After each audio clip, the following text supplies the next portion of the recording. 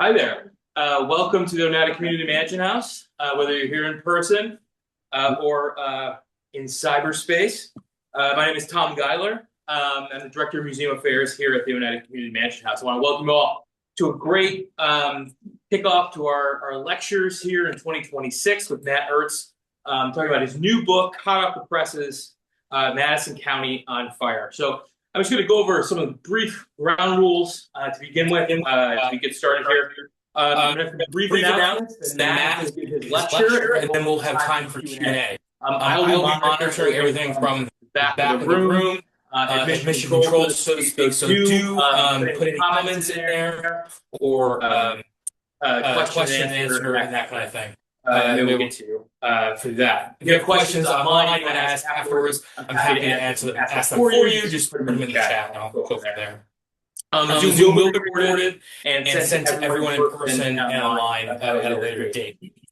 It is a Zoom webinar and live event here at the Mansion House. So presenters will be visible and attendees will be muted and off screen. So if you're making dinner, folding laundry, don't worry, you won't be off screen. I can't say the same thing for you guys here, be in class.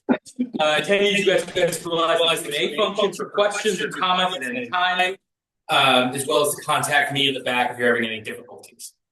Questions can be answered at the end of the presentation, and there's a closed caption option, which is at the bottom of your screen. For folks in person, there are a number of restrooms, with one located right out here at the library door, and either to the right or the left, you'll find a restroom. And in the unlikely event of an emergency, your closest exit is either out the front door you came in or right outside to a porch that is quite icy right now, but it will get you to safety. Before we get started, if you're new to the Mansion House or not have been here in a while, I want to remind you of what we are today. The first thing, and most importantly, is we are a nonprofit National Historic Landmark and museum that interprets and preserves the history of the Oneida community and its legacy for generations and generations to come. We're also an event space for lectures like tonight, corporate retreats, family gatherings, concerts, and weddings, and even so you dream it, you can come up with it here. We also have 14 amazing overnight guest rooms, which will reopen broadly to the public in May. However, we are taking reservations on a case-by-case basis.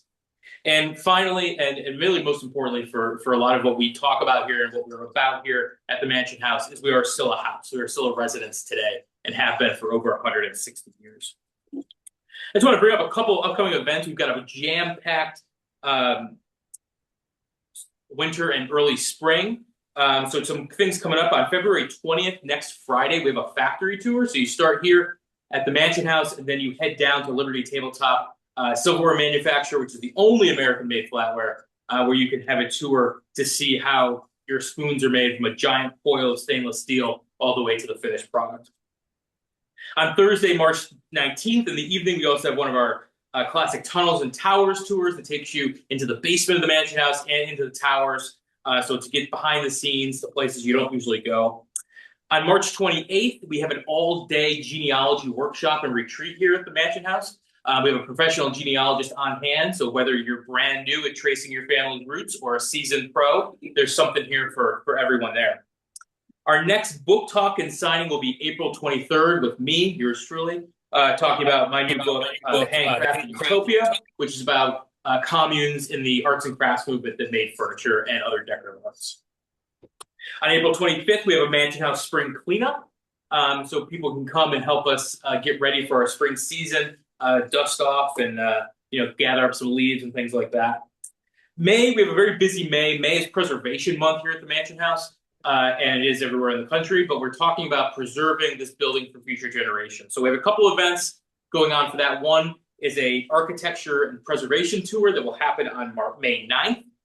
On the 14th of May, we have a webinar which will be kicking off our big Phase 2 preservation project. So if you're curious about that, do turn into our next webinar. And then on May 17th, we have the Adam Ezra group, a fantastic group of bluegrass, rock, and Americana that will be up in our iconic tickets are going fast, so you don't want to miss it. And then May closes out with our annual car show on May 30th. Again, fun for the whole family. Classic cars, food trucks, craft vendors, and live music. So you're not going to want to miss that. And then finally, on June 18th, we have another Tunnels and Towers tour. But do check back at our website, oneidatcommunity.org, for more of that. We'll be adding those as we keep going on. But you're not here to talk about me. We're here to talk about things catching on fire, and Matt's going to tell us about that. So Matt Urtz is the county historian of Madison County, and he's been in that position since 2010. And in that time, he's accomplished a great deal on behalf of this great county. And here's just a few of his accomplishments. In October of 2014, Matt and the Madison County Clerk's Office, as well as the Madison and Oneida BOCES, were awarded the Excellence in Education Use of Local Government Records by a local government by the New York State Archives for their work incorporating government documents into teachers' lessons plans. He also spearheaded a project to record the stories of veterans from Madison County. It's an ongoing project that to date has 15 local World War II veterans, 5 Korean War veterans, and stories from Vietnam and Desert Storm. All of this is a part of a project that is being digitizing also a number of photographs from this project so that they are publicly available. He's also the founder and driving force behind the ever-popular History Where You Eat program that features a brief history and tour behind some iconic local restaurants in the area. They're not to be missed, and I know Matt's got a great lineup for this year as well. He's also the project regional manager for New York State Archives Partnership Trust Consider the Source, which is a free online community that connects educators across New York State to the valuable primary sources located in their local heritage sites, libraries, churches, and archives. And finally, in October of last year, Matt received the Association of Public Historians of New York State's Joseph F. Meany Award, which is awarded in recognition of excellence in military, maritime, or labor history project or publication in New York State. His first book, honoring World War casualties in Madison County, was published by the History Press in August 22. He's a glutton for punishment, so he decided to write another book. And this one is Historic Fires of Madison County, which was released in November 2025, again, by the History Press. This book looks at the history of fires in the county and how local communities developed and changed in their wake and aftermath. So without further ado, Matt Urtz.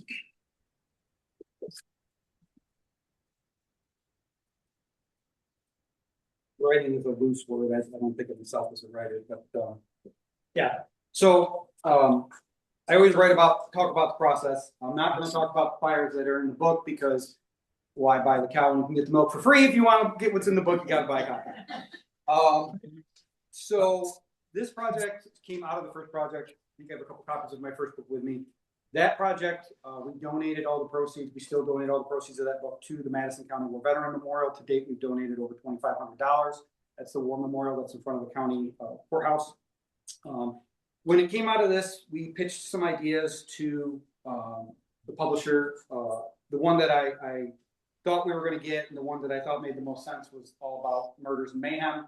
They didn't like that idea quite so much. So they really liked this idea of fire. So we went back and forth on what we thought it could be. And eventually we kind of came to an agreement on what it would be and how it would work. And we wanted to talk about different aspects. So we wanted to talk about communities, things that were lost, how did they respond, all that kind of stuff. So the photos you see here are actually all one piece of land in the town of Eaton. So on the far left, that building burned down around 1910. You see the remnants of the fire in the middle, and it's the building that replaced it. Afterwards, that building also burned down and then was replaced. The building that currently is there is the third version of that hotel. So we wanted to talk about stuff like that. We wanted to talk about the business impact and what happened to our industry. So when we talk about Madison County, you may not be aware, but Duffy Mott, the Mott Corporation, had the largest apple processing facility in the United States was located in Belleville. And it was lost to fire. Well, they had a bunch of fires, but the main one that they lost the industry was 1931.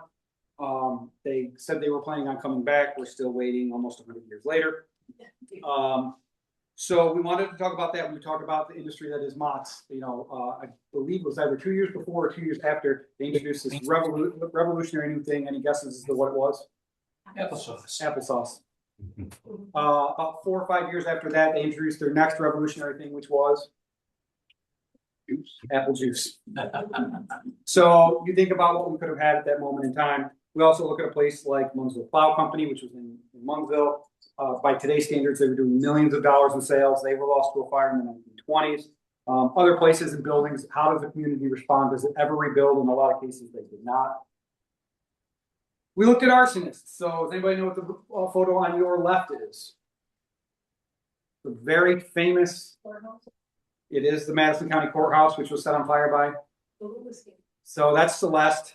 I don't know that the Loomis gang did it. They're a very litigious family. And I make no accusations as to who did or did not set that fire. My step-great-grandfather was Bruce Loomis. He told my father that did that. So the interesting thing with that is that was never stated until almost 15 years after the actual fire. There was never a point in time that the Loomis gang was actually listed as a potential. It was always rumored, but it was never really stated outright. And that's interesting because the organization that actually published that situation was the New York Sun. The New York Sun did this huge long-form article about the history of the Loomis gang, and that's the first place where we see it referenced that the Loomis gang was thought to have burned the building, which brings up the question, why then? Was it just because they had a salacious story?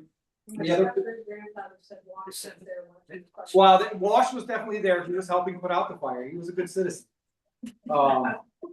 So the other building you see is where today the Catherine Cummings Theater sits in Casanova. That was like Casanova.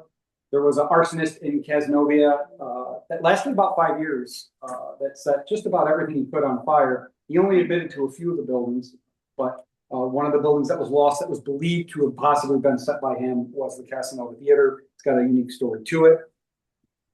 We also want to talk about what happened in the aftermath of fires. Canastota burned down about a dozen times over the years. Just likes to burn.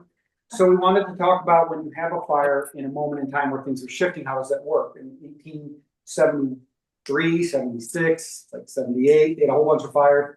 And we see the shift from the Erie Canal to the railroads. So we actually see the redevelopment. Now it's 3 blocks away. It wasn't like it was an epic redevelopment, but we see the shift where the commercial industries are going closer to the railroads because that's the shipping that we're currently utilizing more so than the canal. So we wanted to talk about that. Same thing with the Village of Hamilton. The Village of Hamilton, if you ever drove through the Village of Hamilton Business District, all the buildings are made of brick because they put in a code right after a massive fire that any commercial building in the Village of Hamilton had to be made of fireproof materials, which meant no wood.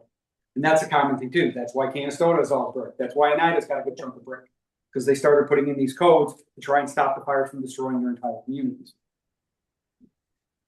And then we want to talk about the aftermath of the fire. So the building on the upper left was one piece of property, again, Canastota, was a theater, burned down multiple times. The last time was an arson. In the middle, that's the village of DeRuyter on the upper part. That was a fire that took place in 1890. It destroyed the majority of their downtown district. And how they responded, there's not much left of what was there before, except what they refer to as the red and blue building. Right now it's vacant. Hopefully it's being restored. On the far upper, your right, that is Oneida, roughly kind of in the Madison Street area. It was a massive fire. One of the fun things with all these fires, if you ever look at fire pre like the 1950s, everybody's standing in the burning rubble. Always, nonstop. They're all standing there, just experiencing it. You look at all these photos, the one in the middle with the riders, people just standing in the rubble, the one in the lower right, that's the Village of Hamilton fire. Everyone's standing in the rubble. And on the far left, lower, that's actually the hamlet of Leonardsville. If you've ever been to the Horn Dorset, there used to be a huge facility kind of across the river, technically in Otsego County. That facility employed like almost 40% of the workers in the hamlet of Leonardsville, and that was lost to a fire, and they never were quite the same. So what fires are in the book? Madison County Courthouse, we talked about the Canastota Business District, the DeRuyter Village, Hamilton Village. Village of Fire, Earlville Fire in 1886, 120 people were left homeless in the aftermath of that fire in August. The Casanova arsonist, Belmont Powder Mill, which was really a gunpowder factory that blew up 3 times in the span of about 18 months. The Opera House fires, the Exchange Hotel. Oneida had this period of 16 months of fires, which really reshaped their downtown district. I talked about Babcock Manufacturing. The Madison County Poorhouse, which is a beautiful facility that was lost. You might know the building that replaced it, the Garrett Smith Infirmary. The Chittenden Presbyterian Church was burned twice, almost to the date, 25 years apart. The first time, one account said it was struck by lightning 6 times. So we get into that. Amazingly, that church is still standing, despite being destroyed by fire twice. The Balco Cider Mills and the Garrett Smith Mansion, again, when we talk about loss, Garrett Smith Mansion had been, was prepared to be being turned over to the New York State for a state historic site. Garrett Smith had books dating back to the 16th century in his library. He had furniture from his time as a congressman, including, I believe, a table that was in the president's chamber. So when you talk about stuff that could be lost, it could be part of our what we have today. It's quite substantial. All right. So now we're going to talk about some fires that didn't quite make the book, but had unique stories and tell kind of, you'll get ideas of what the stories were like within the book. And we're going to start with Canastota because, as I said, it burned down a bunch of times. So the Beecher block, if you're not familiar, is kind of, let me get my bearings now. Right down in this area. So the Beecher block was destroyed by fire. And the reason this one's funny to me is not so much that the fire happened, it's bad that had some things happen, but it was the aftermath of fires in 1873 and 1875. And all the other newspapers kind of piled on with the articles. So I'm just going to read you some of the clippings about what they thought of this fire. So starting with the Rome Sentinel from October 17th, 1876.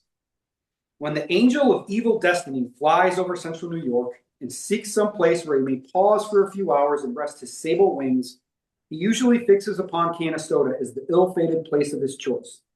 He alighted there early Sunday morning and fire caught in the basement of the Miller block. Okay? The Madison Observer.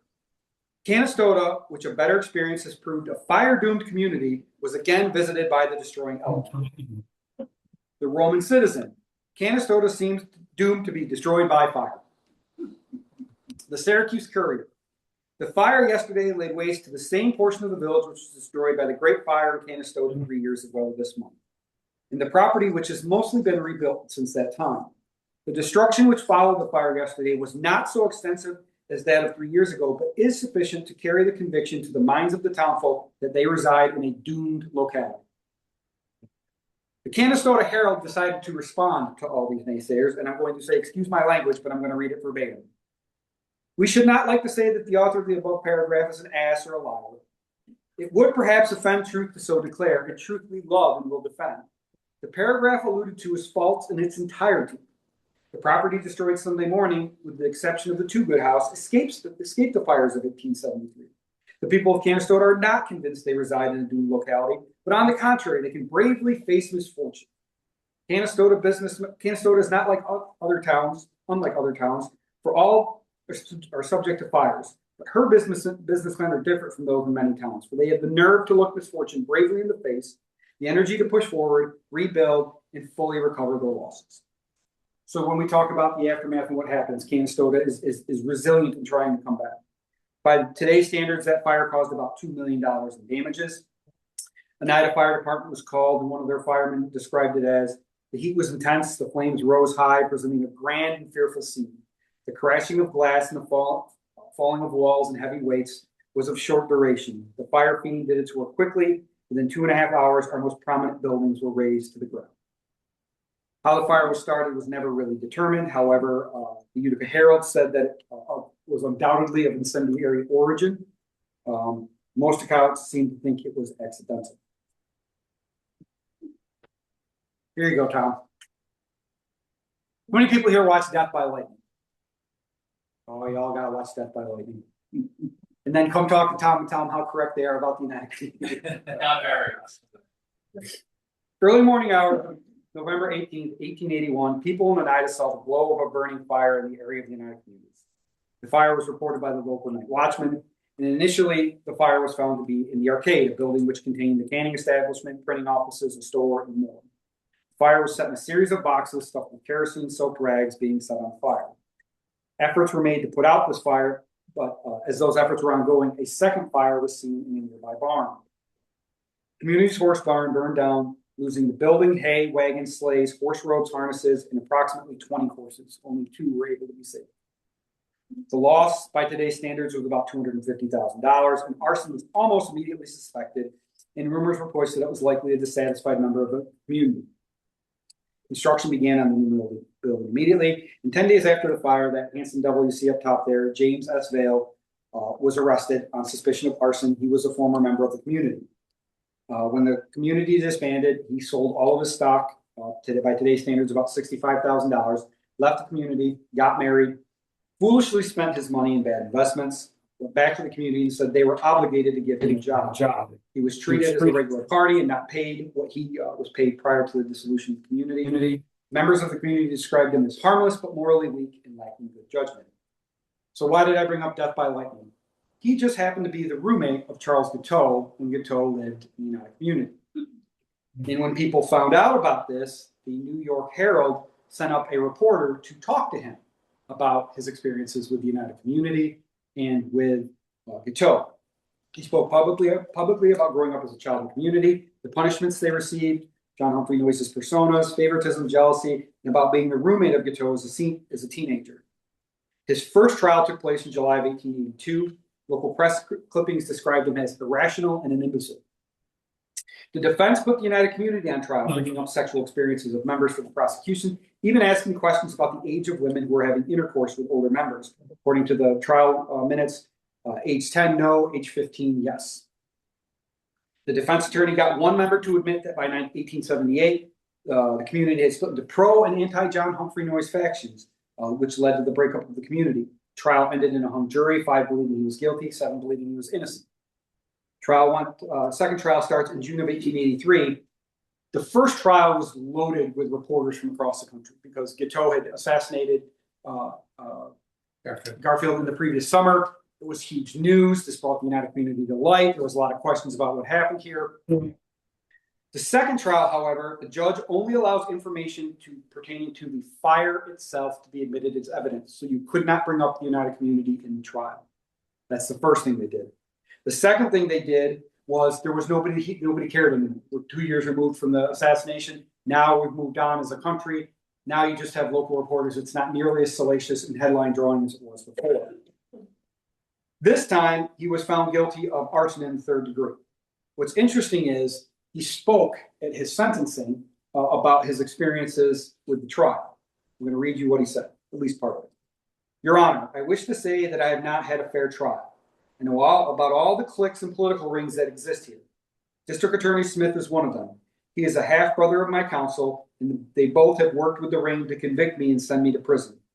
I paid Garrett A. Forbes $116 to defend me in the first trial, and I've sold some of my clothes to pay him. Ford said if I raised $100 more, he would clear me again. If I did not plead guilty, I would have the poorest counsel. Sheriff Brownell was a gentleman when I came here, but he was got in the ring and is as bad as any of them all. All I had to eat was Johnny cake and hash. Sometimes it was sour. L. Byron Chapman is a gentleman and a man of brains. He was in jail for deep fraud and he was blackmailing somebody. When he comes to be tried, he will show up this political ring. He's got the proceedings of the Board of Supervisors and is going to show up the rottenest ring that ever existed. Kind of sounds a lot like you watch the show. He sounds a lot like Guiteau. He may have had some mental health issues. Following his release, he moved to Rhode Island, worked as a waiter, and died in a fall there in 1902.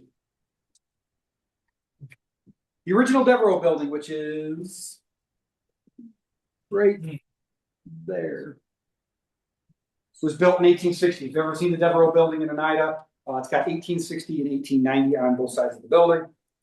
It included Devereaux Hall, which was located on the 3rd story of the building. It was meant to be a place for citizens to assemble on all important occasions or for recreation and amusement. It could sit 630 attendees, had a large stage, stained glass windows, fresco walls, and ceilings, and was richly ornamented. It opened with 780 people there. Chapin's Orchestra, a sax horn band played along with the Room Quartet. It also housed several businesses early on, a dry goods store, a drugstore, another dry goods store, fancy articles. Barnett and Dodge had like a hardware store. So they had a bunch of different businesses, but within 30 years, it was no longer being utilized the way it had been originally, and the businesses were kind of moving in and out. The YMCA just struck an agreement in early 1890 to start having concerts there again. Unfortunately, however, April 20th, 1890, fire destroyed a good portion of the building, causing about $1.5 million by today's standards in damage. The fire alarm was not working, so they used a train horn to try and alarm people. Sheets of fire were seen coming out of Empire Drugstore. Fire department came and thought they had it put it under control. However, they mistakenly didn't put out the heat and flames near the paints and oil section of the store. So it quite quickly reignited. By 5:45 a.m., the building, part of the building walls had caved in. Shortly thereafter, the roof caved in. Firemen claimed the combustibles had a unique pungent and the smoke was very rough on their face and eyes. After the fire was put out, remnants of the building were torn down.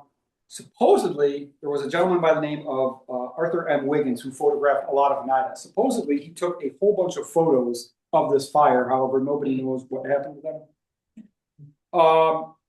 His son rebuilt the building. Interestingly enough, that's the 1890 part. Yeah, 1890 part. Interestingly enough, about 60 years after the first fire, they had another fire on the 5th floor of the building.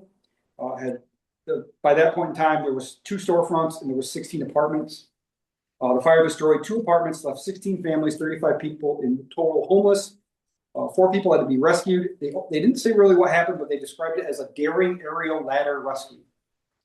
About $150,000 in damage. What's interesting about this is the fire destroyed the 5th floor. Rather than fix the 5th floor, I've had 2 people that have owned the property tell me that they just locked it off and you cannot get access to the 5th floor anymore. This is one of the buildings that got DRI funding. If you're not familiar with that, that's the Oneida Hotels being restored. They got similar funding to restore that building. That should be getting underway fairly soon. This was also home to Endicott Johnson Shoes, a few other places, and but it was home to, it was Endicott Johnson, but it might have been another one. It was home to a furniture store, and they became famous for offering something that we still offer today. Any guesses? Layaway. Buy now, pay later. All right, the Earlville Opera House.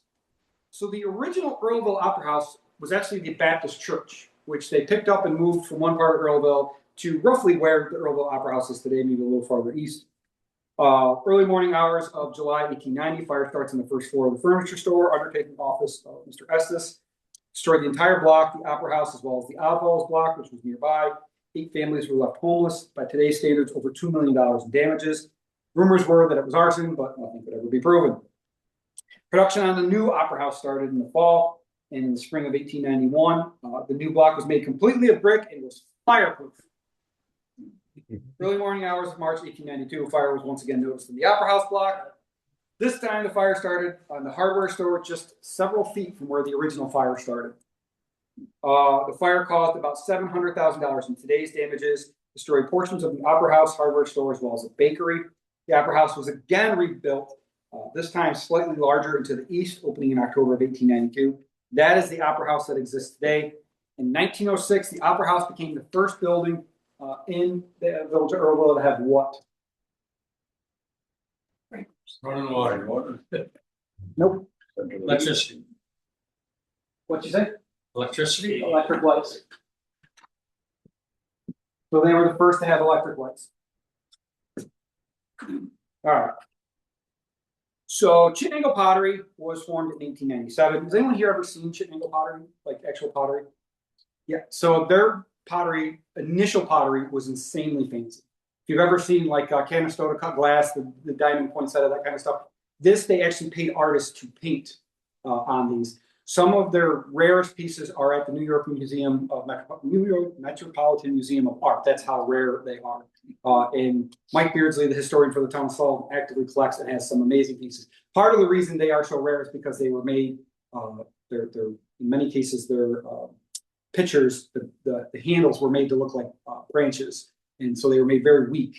And so a lot of times you would just lift it and it would come off. So it's very rare to find full pieces. But they made this really, really ornate art. Fine ware. They formed in 1897. They raised about, by today's standards, $1 million in capital stock. They purchased the Bates and French storehouse along the Erie Canal, just north of the village of Chittenango. And they were preparing to open in the January of 1898. They had brought in all sorts of stuff, clay, they had coal, they were building buildings. On Christmas morning, 1897, a fire breaks out. Buildings that had been built were wood framed. They burned incredibly quickly. They only had about 40% of their buildings covered in insurance. They lost about $96,000 by today's standards. and only one new small building was saved.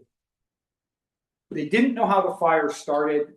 However, it started on the inside of the building, and it was believed to be mischievous in nature.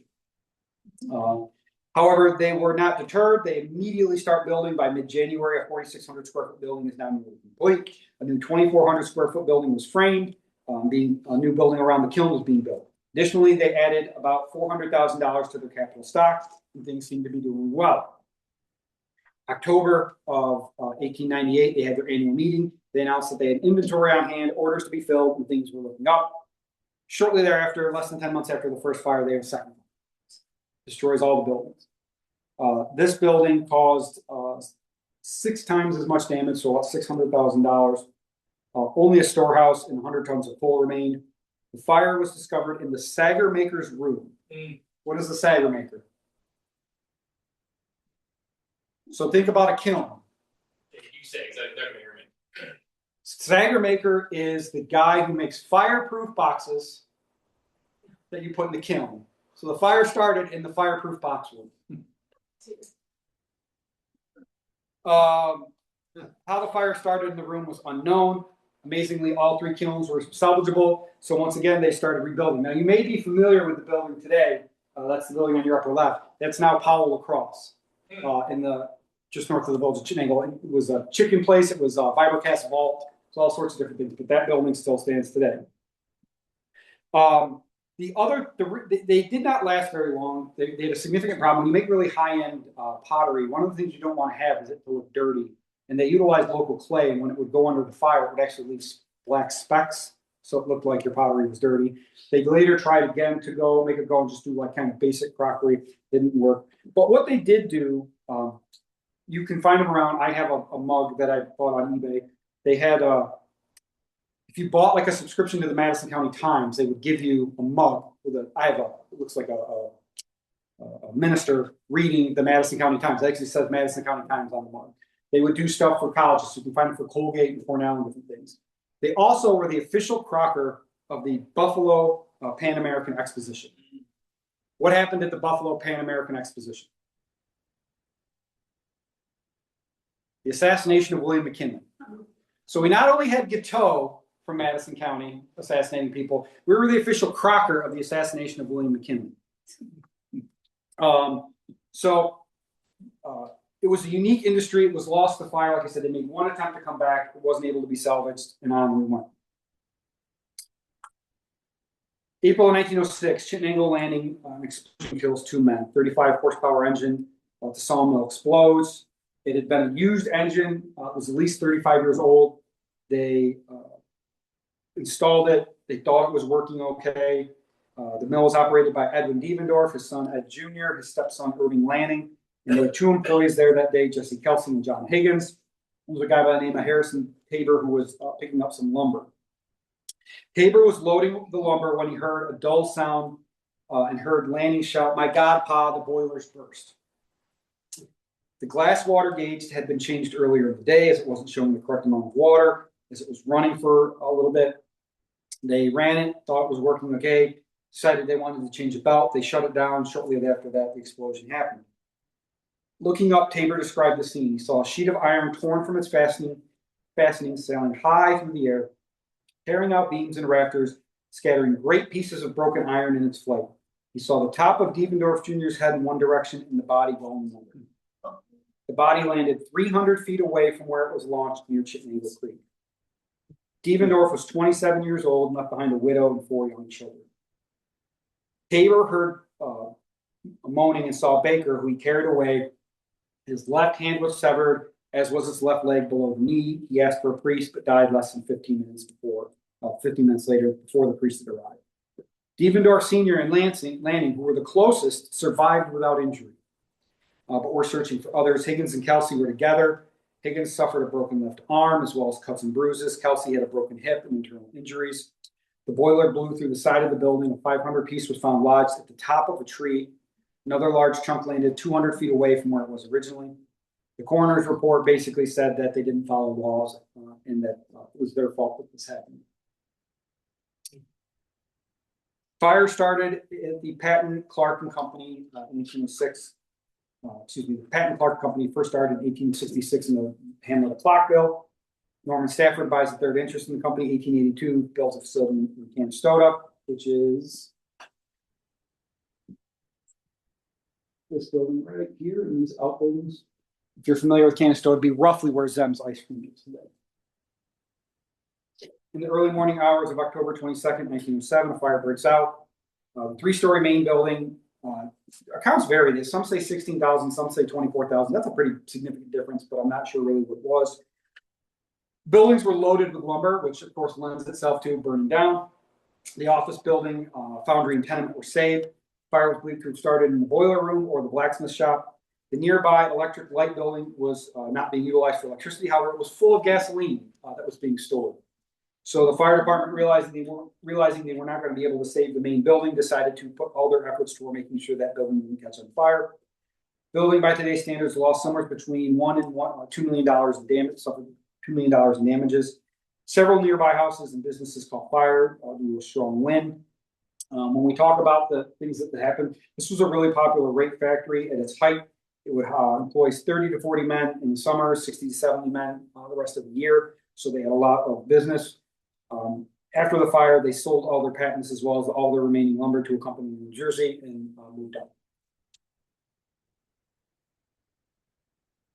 The Warner Block, which, if you're familiar with Oneida, this building just collapsed in the last couple of years. This is Greg Myers' building, the fire extinguisher company. Originally built in 1891 by Judson Warner, was originally four stories high with frontages on Vanderbilt and Center Street. The third floor had a spring bed factory. Upon completion of this project, the masons working took, quote, a jollification that was indulged in. I don't know what that means, but I'm guessing alcohol was involved. Would later house Russell's American Laundry, the United Coupling Company, a power generator.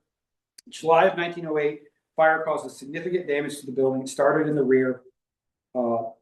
During the fire, the cupola of the neighboring fire station, which was the building that collapsed a couple of years ago, fell through the building into the basement. The bell of the cupola fell all the way, destroyed the heating system for the fire department, as well as the alarm.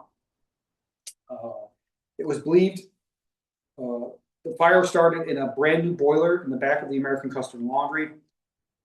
It was believed to have been put in a safe room. They put the boiler in a room that was completely encased in concrete with a wooden door.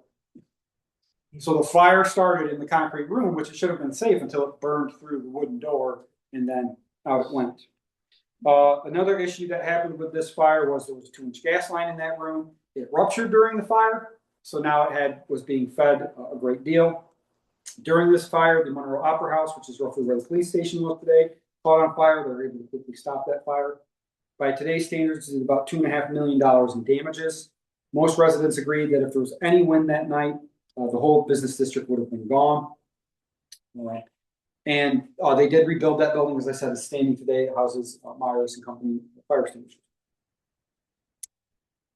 There was a hotel in Erieville prior to 1820. We know this because in 1820 the site was bought and a new hotel was built by Thomas Medjury. By 1884, the hotel was owned by Henry L. Griffin. July of 1884, sparks from a nearby sawmill ignite a pile of lumber near the hotel. Fire spread to horse barns, then ignited the hotel. Casanova Fire Department was called, but by the time they arrived, they spent the entire time saving other structures that were catching on fire. According to Griffin's daughter, quote, nearly every house in the vicinity was on fire at least once or twice, and for a time a general panic ensued. And it was only by the most heroic efforts that the entire village was saved. Owing to a lack of water, the firemen were unable to do very effective work, but they succeeded in preventing the fires from spreading. It was said that 57 separate fires started from the blaze, being the wind blowing the embers around. They built a new hotel. It was 3 stories tall. That's the hotel you see in the images. It would hold dances twice a year on July 4th and Christmas night. Griffin died in 1895. His wife Anna operated it with the daughter Daisy until Anna passed away. Daisy sells the hotel to Edmund Hart. He immediately gets a liquor license, which he never had before. It's operated by different people all the way through. Early morning hours of 1938, the building once again catches fire on New Year's Eve. They hosted a dance earlier that evening, but the building was empty when the fire started. This time the fire did not spread. Why? Sprinklers? First fire was in July, second one was in January. No. Snow. Everybody's roof had snow on it. So this time the fire was contained just to the facility. By the time the fire department responded, it was fully engulfed. Once again, lack of wind. This time lack of wind benefited the fire department. Snow and ice on the roofs helped protect the village. This time there was a local fire department, Erieville and New Woodstock both responded. It took about 5 hours to get it under control, and that was the end of hotels in Erieville. A little after 2 a.m., October 28, 1937, a fire of unknown origin destroyed 3 buildings and 9 stores, several apartments to the tune of about $2.5 million by today's standards in the village of Cazenovia. There was little wind. More than 250 volunteers responded to the fire, which took 6 hours to get under control. Fire departments from Canastota, Chittenango, Erieville, Manlius, Morrisville, New Woodstock, Oneida, and Syracuse all responded. However, they responded significantly later because the phone company that would have been making the calls was in the building that caught fire. Maggie Mathers, who was the phone operator, refused to leave the building. She actually had to be physically dragged out by the firemen. Shortly thereafter, the floor collapsed. The fire caused all sorts of issues. They did not have a water system that was working, so they had to lay 7,000 feet of hose to Cazenovia Lake and pump water from the lake to fight the fire. Students at Cazenovia Seminary came and helped to try and remove furniture from buildings, the buildings that were in danger. The took about 5 hours to get under control because of the phone company being knocked out of commission. They actually had to have a fireman get in his car, drive to Manlius, have Manlius set off the fire alarm and call for help. So again, there was a significant delay in the fighting of this fire. Following the fire, there was a 48-hour boil advisory because of the use of the water from the lake. How would you, in the era of no social media and no phones, how do you let people know that you have to boil water? The British are coming. Kind of. The local Boy Scout troop went door to door and told everybody they had to boil water. Amazingly, it was a quiet fire because a number of the business owners were walking to work in the morning and their building was just gone. In the fall of 1943, during World War II, the American Legion and others installed an honor roll at that location. So they actually put up a big plaque that recognized all the young men that were killed in the line of duty, as well as all the soldiers that were serving from Cazenovia. It remained there until 1955 when the property was purchased and redeveloped as a Rexall pharmacy.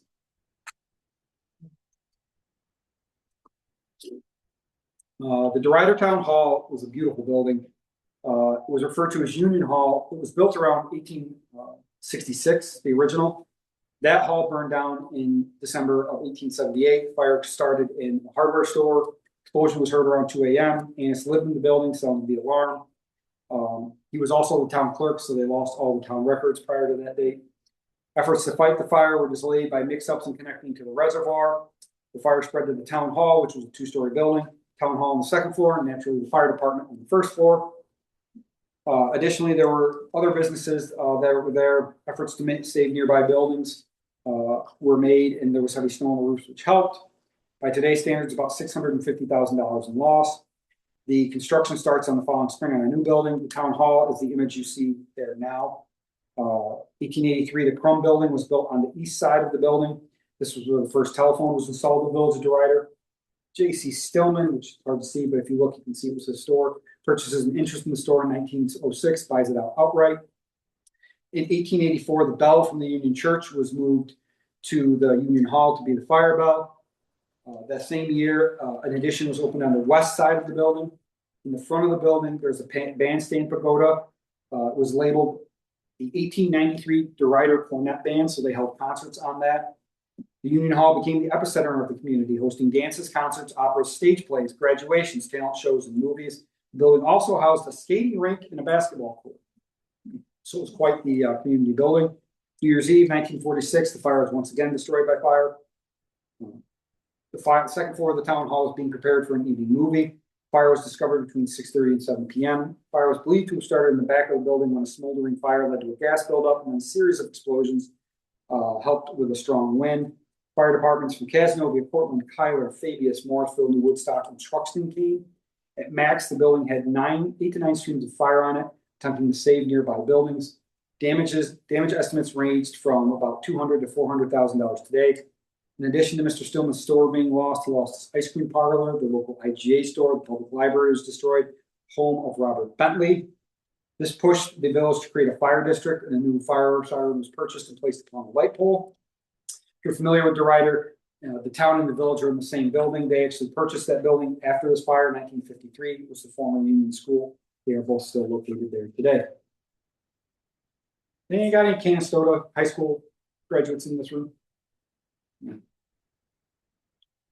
During morning classes around 10 a.m. Thursday, March 3rd, 1949, members of the Chapel Street Junior High School noticed smoke coming from the registers and found the basement to be fully engulfed. Students were led in an orderly manner out, and all were made it out safely. The school had 1 5th grade, 3 6th grades, 2 7th grades, and 3 8th grades. 317 children regularly attended the school. However, attendance had not been submitted, so they don't know how many were there that day. The fire was discovered by Ms. Cooper, who was working in the cellar bookstore. Fire departments from Oneida, Sherrill, Wampsville, and Chittenango responded. They put 10 streams of water around on the fire. It was so much water that the water pressure actually greatly decreased, and they had to lower the number. Smoke was so heavy that after the last student exited, the principal was unable to return to check the rooms.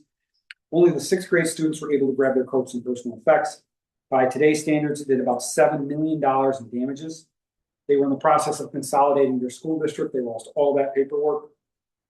On top of that, the building shared heat with the Spencer Street School through a tunnel. Naturally, when you dump that much water on it, it went then into Spencer Street School, and that was flooded, which meant they lost their heating system as well as some of their other products. Students were taken to a nearby gym, and again, in the era of no social media, no phones, parents didn't know where their kids went. So there was like a general freaking out as people started to realize what was happening.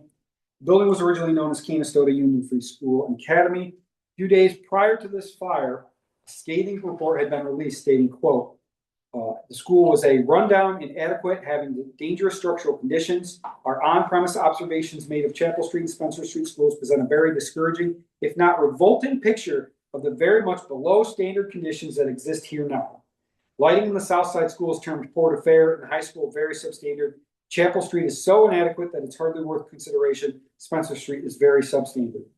A teacher that taught in the school said, ever since our child was born, I dreaded the thought she would have to go to Spencer Street School.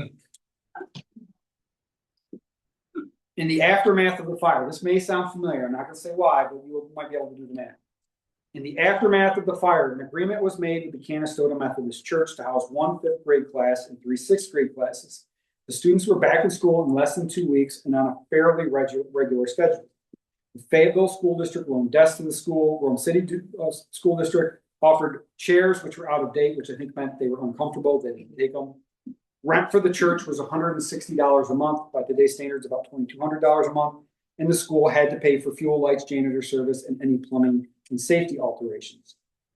The school arranged a split schedule with students going from Spencer Street and Chapel Street, 8 a.m. to 12:20 p.m. at the high school, and the high school students going from 12:40 to 5:15 p.m.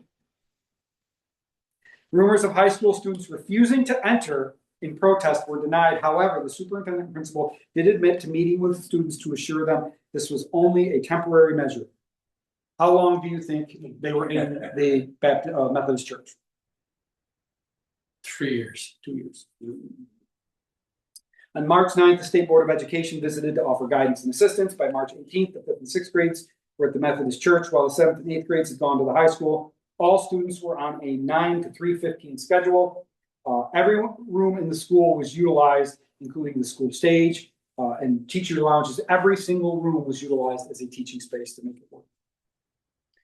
While the school centralization process had started, as I said, this appears to have kicked it into high gear, even though they lost most of their stuff, because in late March of 1949, which was later that month, it went before the legislature to consolidate the school district. February 3rd, 1966. Why is that a big deal? We just celebrated this event. Blizzard of 66. So Blizzard of 66 takes place February 3rd. A fire starts in the Madison County Highway garage, which caused, by today's standards, somewhere between $2.5 and $9.5 million in damages. The county had been finishing up cleaning a 3-day blizzard of 66, which dropped between 40 and 60 inches of snow on roads throughout the county. Trucks have been running around the clock. They were filling some of the trucks up with gas and backing them back into the building. Depending on which account you believe, the fire was believed to have started when a plow was filled with fuel, was backed in the garage. A nearby welder may have had a spark hit the fuel tank. It caused a fire. The other version is somebody flipped a cigarette the wrong way and may have started a fire. Quick thinking by employees drove about $4.5 million worth of snow plows out of the building. As the building was on fire, they started pulling them out. They'd still lost two, one brand new plow and one that was being repaired. One employee was overcome with smoke and had to be taken to the hospital. Oil drums exploded in the building and shook the courthouse and the jail. The prisoners wanted to be released. They were not. Smoke from the building could be seen as far as 10 miles away. There wasn't a water service in Wampsville at that point in time, so they actually had dump trucks from the county going to Canastota, filling them up with water, driving back, and they would pump water from the dump trucks to the fire. The original garage was built in 1932. The garage you see today is like the same garage they built in the aftermath of this. The new building cost about $4.5 million, and that's not including the fact that the highway department installed a new septic system, septic tank, gas tank storage, grading, all for the new building. The county was forced to issue a $300,000 bond to cover the difference between what insurance paid and the cost of the building. The new garage was opened just under a year after the fire in January of 1967. It's 10,000 square feet and larger than the original fire. All right, and our last fire. When fire departments catch on fire. Early morning hours of October 9th, 1969, a fire broke out in the town of Madison Fire Department. More than 300 firefighters from Risking Falls, Morrisville, Earlville, and West responded. The local fire department stated if there was any wind that night, the entire business district in the village would have gone. The firehouse was a 50 by 54 bay, 1.5-story building. 2 trucks and a pumper, as well as uniforms, and thousands of feet of hose were destroyed by the fire. 2-year-old pumper was saved. The fire department borrowed a tanker from Earlville, a demo pumper from a sales shop, and other equipment to be able to continue to do their duties. Department moved into a new building next to the village hall, formerly owned by Grove Hinman. They never moved the fire siren, so when this building burned down, they lost their fire department, but they still had their fire siren. The building they utilized after the fire was trucks were too large, so they actually had to then rent a building across the street from the building they were using to house their fire trucks in the short term. Ironically, the fire took place during Fire Prevention Week. November 1986, you guys might remember this one. The second story of the North Chenango Fire Department was destroyed by fire. It was snowing below zero the night when they fought the fire. The building did not have smoke alarms in it. It was originally built in 1949. The fire was believed to have been caused by an electrical fault in the older portion of the building, likely started between the ceiling and the roof. Fire department was able to save all of their trucks as well as a new ambulance. However, they lost $30,000 in equipment. Fire departments from Chittenango, Bridgeport, Canastota, Kirkville, Minoa, and Cicero responded. The department had a pole barn behind the building. In the weeks afterwards, they had 200 volunteers come and help them kind of redevelop it as a temporary headquarters. Some of the vehicles were stored at the town hall, which was across the street. Any guesses as to how they paid for their new building?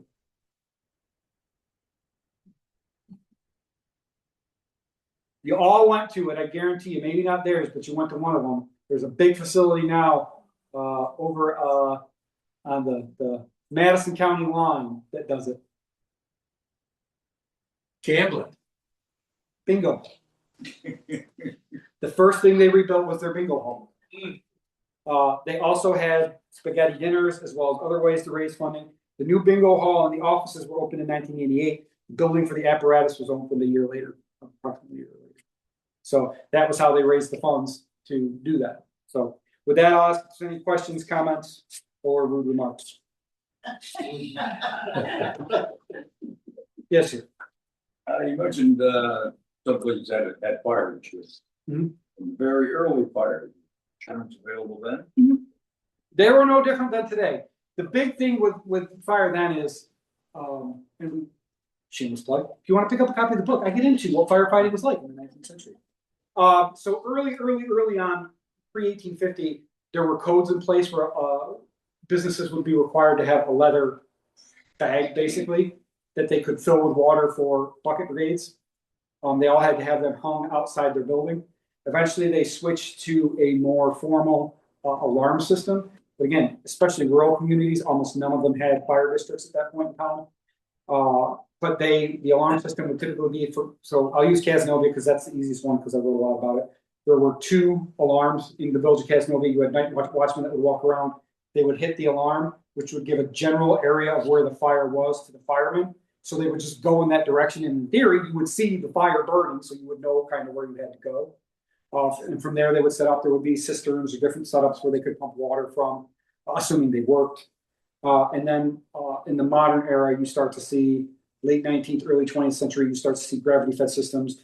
One of the fire we talk about in Hamilton, their fire was in February of 1895. The water system was scheduled to open in the spring of 1895, which seemed to be a common theme. They finished right after bad fires.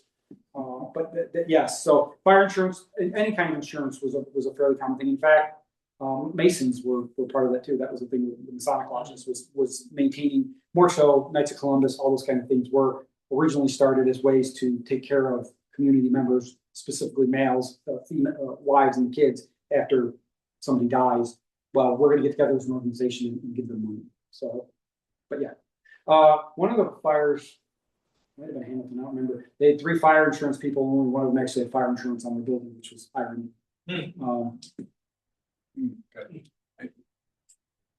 Any other questions? Now, what was the cause of the Garrett Smith mansion? Their boiler furnace caught on fire. Their boiler furnace caught on fire. So,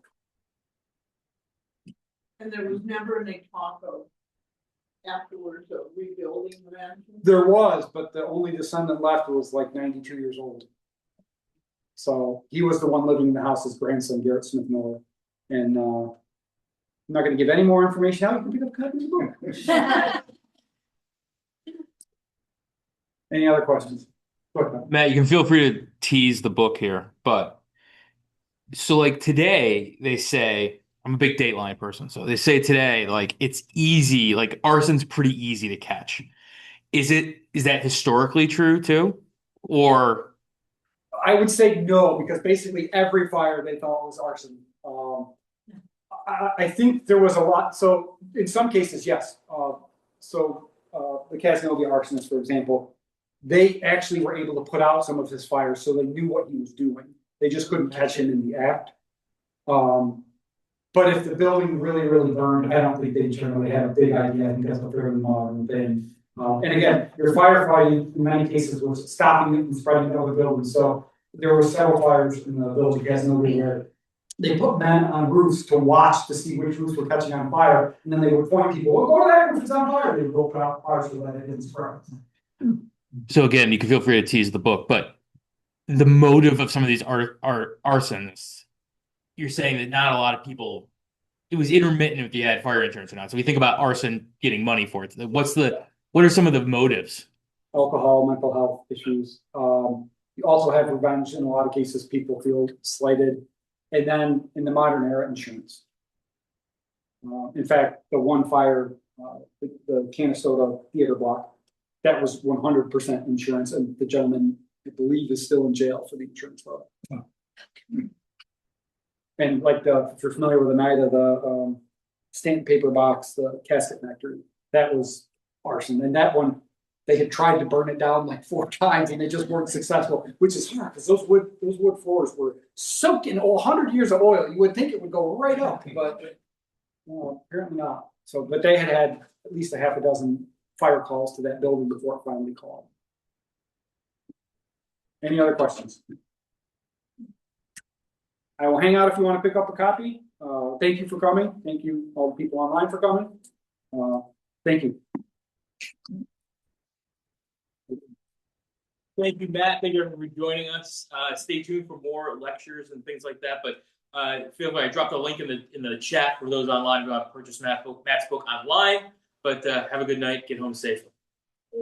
Thank you.